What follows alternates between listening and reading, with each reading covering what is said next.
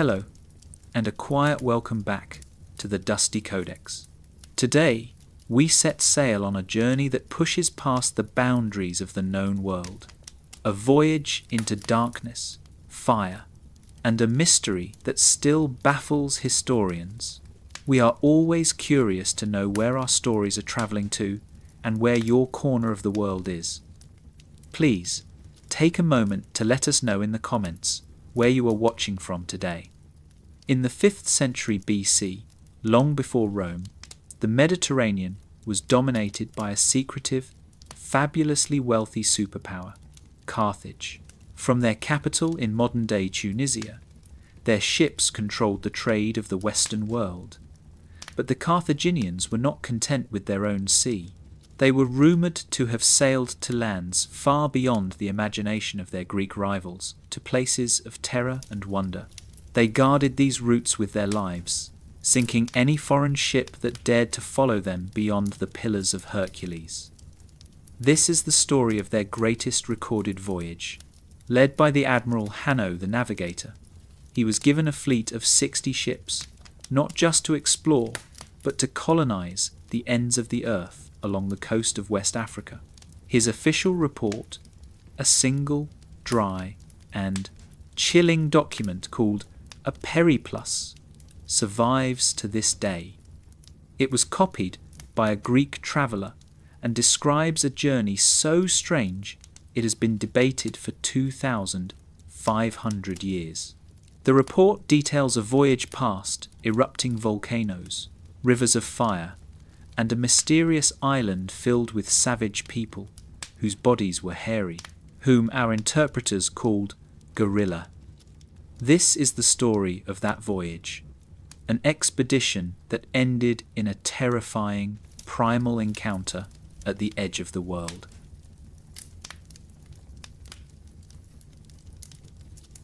Hanno was a shophet, a ruling magistrate of Carthage from one of its leading families. His mission, commissioned by the state, was not one of simple discovery, it was an act of empire building. The periplus states the mission's scale plainly: 60 ships, accompanied by 30,000 men and women. This was a colonization fleet, an attempt to export Carthage's population and secure the African coast for their trade monopoly. After passing the Pillars of Hercules, the fleet sailed south for 2 days and founded its first city, Thymiaterion. Hanno's report is clinical. We founded Thymiaterion. From there we sailed. He was a man on a schedule. They pushed south, past Cape Solois, a headland covered in trees, and began to establish a series of Carthaginian trading posts along the Moroccan coast, securing their route and dropping off more colonists as they went.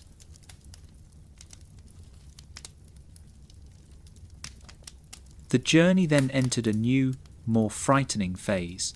Hanno writes of reaching the great river Lixus, where they befriended the local Lixite tribesmen, shepherds who were more friendly than other wild men. These Lixite became Hanno's guides. They warned him of what lay south, a land of Ethiopians, inhospitable mountains, and wild beasts. Hanno, undeterred, hired several Lixite as interpreters and sailed on. At this moment, Hanno and his fleet sailed past the edge of the known world. They were in a new, alien landscape, facing dangers no Greek or Phoenician had ever described. It is this leap into the absolute unknown that defines the great explorers. It forces us to ask, what is it in the human spirit that compels us to sail past the edge of the map into the darkness?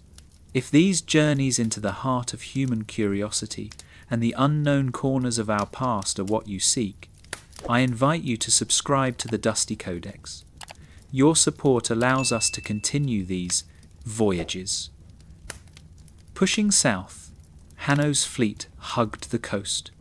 They passed the Horn of the West and entered a new world of lush, tropical green. The landscape became strange. The sounds of the jungle, even from the sea, must have been deafening.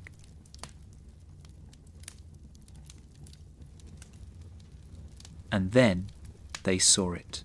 Hanno's Periplus describes it with the terse, factual horror of a military report. We saw at night the land full of fire. In the middle was a high flame, taller than the others, which seemed to touch the stars. The locals called this volcano the chariot of the gods. For Hanno's men, who came from a world of predictable seas, this sight, a mountain that seemed to touch the stars, must have felt like sailing into the forge of the gods or the very gates of the underworld. But the terror was not over. As they sailed past this mountain, Hanno reports that rivers of fire flowed from it into the sea. They were sailing past active lava flows, a spectacle of such violence that it defied all their experience. The Periplus also notes the sound. As they sailed, they heard a great noise of cymbals and drums. This was likely the sound of the volcano, the percussive crash of a phreatic eruption, the roar of gas, and the thunder of the mountain itself.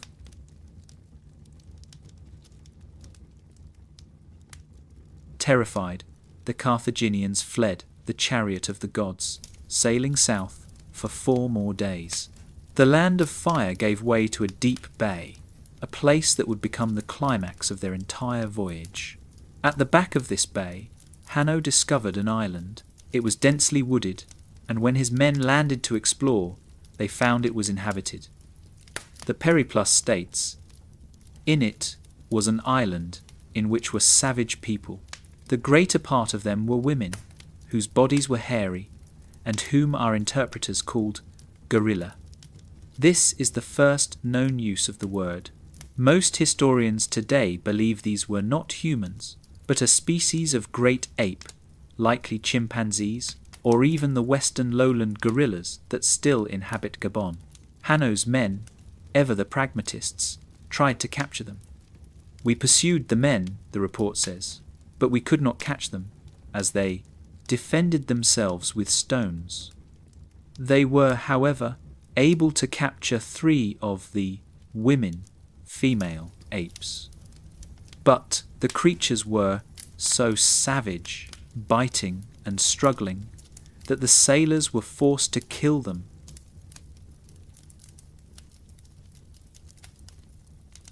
Hanno's report ends with a chilling, clinical note.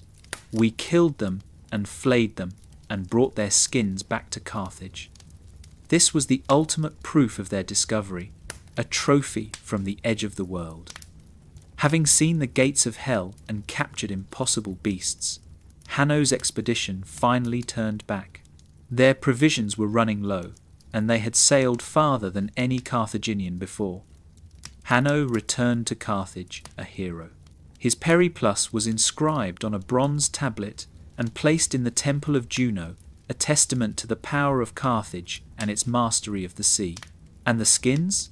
The historian Pliny the Elder, writing centuries later after Rome had conquered Carthage, noted that the skins of the gorillae that Hanno brought back were still hanging in the Temple of Juno, a testament to his journey, until the city's final destruction.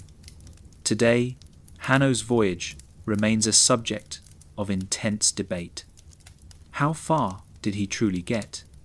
Was it Mount Cameroon? Were they truly gorillas?